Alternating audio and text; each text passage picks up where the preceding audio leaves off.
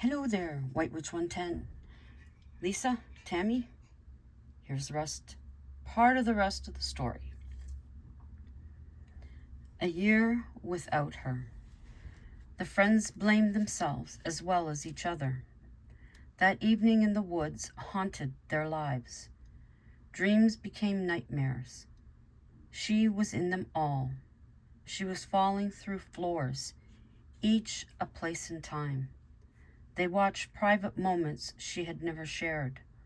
The pain spoke volumes of who she had become. Many of her mannerisms made sense now. What she had suppressed for so long, they were sick seeing what she had endured. If we had known, we could have helped her, Wade said, sitting close to the fireplace. She handled everything on her own. She looked at sharing as a burden. We gave her so much to carry. Rig's eyes had opened. This was no time to fuss over percent of who had placed the heavier load. I hate going to sleep. All I see is her suffering. Her tears are a waterfall. I'm standing on the edge, peering over. I think I see her in the water below. I dive and end up in a place I've never seen before. She's sitting on a chair, her back to me. She continuously repeats, "You pushed me away, and now you want me by your side." Wade didn't share his dreams. They were a private matter to him. At night in his room, he'd recount his dreams. For him, she was continuously running towards him, but never making it. In one, just as she was to touch him, a steel wall slammed down between them. In others, he could see her mouth moving, but the words floated away. As each one made contact with the ceiling, he could hear them one by one. The most important word he waited for was never said. The last words he screamed, "I love you," and he'd wake. Was there any possible way he could pull her from his dreams? When frustrations capped tolerance, the friends hated each other and would stay away. Wade had rented a tiny place downtown. He only stayed there when it seemed fit, but he always returned to the house. The smell of her perfume still lingered after a year. Her shampoo and soap were still on the corner of the tub. Neither wanted the items gone.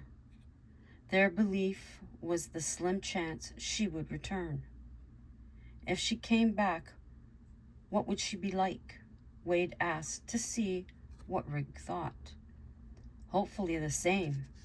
I'm the one who needs to change. I'm not sure we'd know her. So much time has passed. Rig's opinion. It'd be too scary. You wouldn't want to see her? How much could she have changed? Wade asked. Sorry about that. Not unless I knew why she came back. You're terrified? What causes you to feel that way? I thought you'd jump at the chance. Wade was surprised by the answer. I wouldn't know what she held against me. If you didn't know, how confident would you be? Rig asked. I don't believe I gave her a reason to hate me. I really don't see a problem, Wade admitted. Aren't you perfect? Rig, I never said that. Wade knew where this conversation was going. He wanted nothing to do with it. I'm not feeling well at all. Must be coming down with the flu. His head felt like 3 tons. He needed to work through it. Hang on. Wade changed and sat under the covers on his bed. Dusty, please come to me in good humor. I miss you so much. You are the only female friend I care enough about. I told you many times this fact. The nights Rig was away, I never pushed myself, but always desired. That night, Wade's nightmares were over. He had spoken in true words from his heart. Rig, on the other hand, continued to experience nightmares. He was suppressing emotion he refused to acknowledge. What good will it do me now? He asked himself, peering out the living room window. In the middle of their street, a hazy figure formed. Lightning lit up the block. Heavy rain began to fall. Each flash brought increased clarity to the shape. He had to be seeing things because it couldn't be. The woman was soaked, her clothes pasted to her body. Makeup running down her face. The arms appeared to have been cut by something. Blood trickled down to the ground. Then she did the thing that terrified him most. She motioned for him to come. He could hear the words in his head. Rig, come out, I've missed you. The smile on her face chilled him to the core. Wade woke straight up in bed. Something he felt wasn't right. He made his way to the living room. He found Rig at the window, hands flat against the glass. He noticed the pain flexing. Rig, what are you doing? He shouted. Rig! Like the snap of fingers, Rig came out of a trance. He shook his head and turned round to Wade's voice. He wore a blank expression. Rig, wake up! He stepped over to his friend, pulling his arm. Wade, she's out there. I seen her in the middle of the street. She was there. Rig pointed out the window, then turned. She's gone. He rushed back to the glass. She's gone. She was right there. I know she was. I seen her. Wade looked out. The street was quiet. The rain and lightning had stopped, the pavement dry. I don't see anything. Sorry, bud. Rig went back, and sure enough, nothing. I don't understand. He crumpled down on the sofa. Am I losing my mind? I can't answer that, Wade said. Rig decided to get to bed. Wade followed, making sure everything was locked. He took one more look. Nothing. Wade was concerned. Was Rig losing his mind? Both men slept. Wade was standing in the street calling Dusty. She came walking from the house. Wade asked her how long she had been back. She replied, I'm not. But I'm looking at you. I'm not here yet. What do you mean yet? Wade needed clarification. She smiled, gently touched his cheek. She then disappeared. Wade woke up. He rubbed his eyes and fell back asleep. He felt a comfort. There was something that relaxed him. Rig found himself waking in the morning, just as tired as the evening before. No matter how long he slept, his eyes showed the truth. Rig, I don't know what you need to say, but if you don't soon, Wade couldn't finish. Rig kept his mouth shut. Wade debated. She came to me in a dream. She said she'd be back. Then she must be alive somewhere, Rig said. I didn't say that, Wade made clear. Why is she going to you? Why doesn't she come to me? I'm her boyfriend. I have no answer for you. That's between the two of you. The pressure was building. Wade put together a bag and left. Rig was alone. He sat at his laptop typing. Before long, his fingers ached. He forced himself to back away from the desk. He glanced at his screen. The words he'd seen were not what he had thought. It appeared to be a confession. Dusty, I was never fair to you. I took your feelings from me and took advantage. I knew you'd do anything for me. Then an admittance he never intended to make. I wasn't loyal. Twice, when you were away, I met her at an investigation. Things happened before I could stop it. At this point, Rig knew he needed to finish his confession. That's why I acted as I did. I was blaming you for it all. It wasn't your fault. You had to go those times you did. It was all me. I thought I could overcome it. He stopped typing and turned to the room. I couldn't. I can't say how much I'm sorry. I loved you, and I should have told you more. If I had the chance to tell you, I would do it. He turned off his laptop and went to bed. This night, Rick had a pleasant dream. Dusty came to him. She was smiling. You should have told me. All that time I thought it was me. I thought I had done something wrong.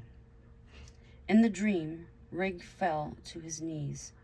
He begged for forgiveness. My life has been hell since you disappeared. If there is any chance you can come home, please offer me that chance. I'll admit it all to you again, face to face. Dusty, you need to come back. He admitted something else. We're lost without you. Wade is a good man. I can't say I'd be happy, but if you choose him, at least be my best friend. She could feel the pain Rig had. From her distance, she felt it. Dusty pulled away. Rig slept soundly. It was now up to her to find her way home. She had been lost in darkness for a year. She'd been wandering paths, going in circles. Her heart was full. His truth gave her a beacon to follow. Dusty made her way along, being careful of her steps. The light became brighter, illuminating the trail ahead. She woke covered in a musty coat. It was heavy with rainwater. Rig and Wade had woke early, both making their way to the shack. Each drove to the lot at the same time. She's here, they both said. Quickly and carefully, they walked through the familiar woods. There she was, in a heap on the dirt floor. Rig ran forward, falling over his own feet. Wade ran forward to help his friend up. Rig turned around, confused. He thought for sure Wade would run ahead. Go to her. He looked him directly in the eyes. Rig went forward. Dusty, he gingerly said her name. I'm here. He took the pile of material off her. He wrapped her in his dry coat. Rig helped her to her feet. He motioned for Wade to come over. Together, they got her to Rig's car. Back home, they got her inside to the sofa. Where have you been? Rig asked. I'm not sure, she answered. Do you remember anything? Wade asked. Dusty thought. I remember we were in the shack. I was behind you, then in the coat. Then I blacked out. I don't know where I woke up. The space was dark. I called out, but you never answered me. I couldn't find my way home. When I slept, I was here. I was talking to you both. She was shivering. Rig grabbed a heavy blanket and placed it around her. Wade brought over a steaming cup of tea. I had nightmares the entire time. Last night was the first solid sleep I'd had since a year ago, Rig told her. I've had good dreams for a while now, Wade admitted. Then Rig spoke with tears and his voice trembling. I admitted to you everything. Dusty looked at him. I know. Somehow I know. But I have to say it. When you were away, I cheated on you twice. I blamed you. That's why I've acted towards you like I did. Wade stayed quiet. He hadn't known. That was the biggest mistake of my life. I'm praying this will help you to forgive me. He was so hoping there was a thin chance. I'm in love with you, Rig. I can forgive, but I can't forget. I won't hold it over your head. I want this past year to stay in the past. We can start over. Wade, she turned to him. I love you like a brother. I've realized you have deeper feelings for me. I want you to stay with us if you can, except only a friendship. Wade wasn't sure how he felt. He did know he needed these people in his life. I've been doing it all along. I realize our relationship will never be what I've wanted. I want to continue to be a part of each other's lives. We make one hell of a team. Rig, she said. I'm good. We've been friends forever, Wade. The three of us are a great combination. I think we are all welcomed home. Yes, they were all home. Dusty never could understand what had happened to her. Was there a parallel universe that she was sucked into? Or was it something totally different? Would she ever remember? And when, if at all? And that is that part ended of the story. And now you're all wondering, could she remember? Is she going to remember? Sure, she's going to remember. But what is she going to remember? What is it going to be like? I don't even know yet. But you will, as soon as I write and complete the next part of the story. And from an overcast and cold Ottawa, it was winter coat today. Ciao for now.